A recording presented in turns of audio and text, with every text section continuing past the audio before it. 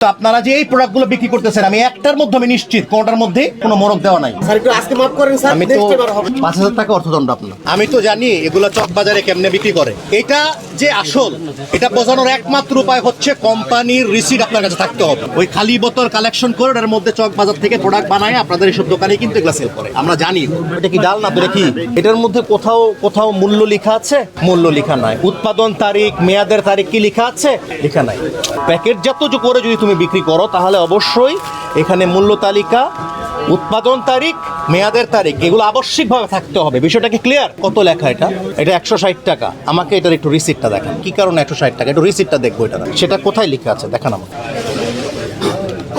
আচ্ছা ঠিক আছে, আমরা বুঝতে পেরেছি, হয়তো আপনি খুঁজে পাচ্ছেন না এখন। আমরা আপনাদেরকে সতর্কতামূলক একটা অর্থদণ্ড করতেছি। আমরা পরের বার যদি এই ধরনের অপরাধের পুনরাবৃত্তি দেখি আমরা কিন্তু আরো বেশি কঠোর জরিমানার দিকে যাব।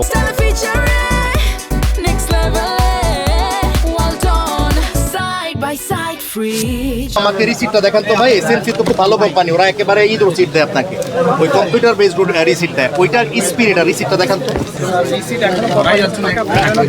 আমি তো জানি এগুলো চক বাজারে কেমনে বিক্রি করে, বুঝতে পেরেছেন? এই বোতলের মধ্যে চক বাজার থেকে প্রোডাক্ট বানায় বইরা আপনাদের এইসব মার্কেটগুলোতে দেয় তারা। এটা যে আসল এটা বোঝানোর একমাত্র উপায় হচ্ছে কোম্পানির রিসিট আপনার কাছে থাকতে হবে।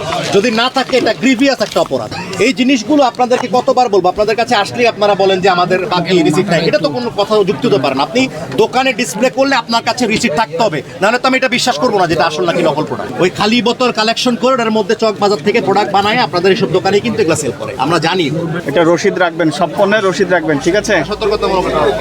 মানে যখন প্যাকেট করে কোনো প্রোডাক্ট বিক্রি করবে অবশ্যই মেয়াদের তারিখ থাকতে হবে, উৎপাদনের তারিখ থাকতে হবে এবং ওটার মূল্য থাকতে হবে। বিষয়টা কি বুঝতে পেরেছেন? কিন্তু আপনারা যে এই প্রোডাক্টগুলো বিক্রি করতেছেন আমি একটার মধ্যে আমি নিশ্চিত কোনটার মধ্যে এই ধরনের কোনো মরক দেওয়া নাই। তো এই ধরনের অপরাধ যদি করেন আমরা কিন্তু ভাই পরের বারে ছোট জরিমানা করবো না। এবার ছোট জরিমানা করছি, পরের বার করবো না। কথাটা কি বুঝতে পেরেছেন? ৫,০০০ টাকা অর্থদণ্ড আপনার। এটা কোথা থেকে আনছেন আপনি আমাকে দেখান তো, আপনার কোম্পানির রিসিপ্টটা দেখান।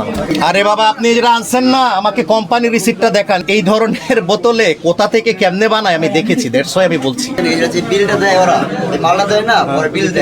আমি এত কথা শুনতে চাই না। আপনার দোকান এটা ডিসপ্লে করছেন, আপনাকে এটার রিসিপ্ট দেখাতে হবে। ওখান থেকে ওই যে কিশমিশের প্যাকেটটা নেন, ওই প্যাকেটগুলো নেন।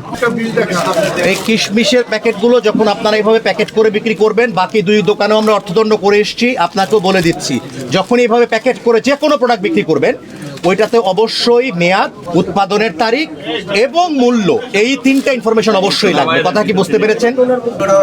এই প্রসিকিউশন দাও। উৎপাদনের তারিখ, মেয়াদের তারিখ, মূল্য, ওজন, ব্যাপারটা কি বুঝতে পেরেছেন?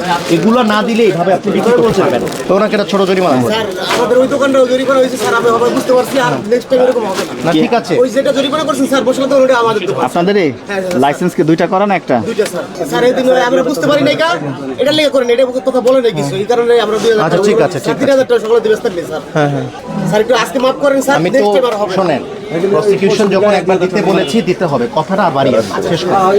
ওকে এই দেন ওই যে প্রসিকিউশন দেন একটা।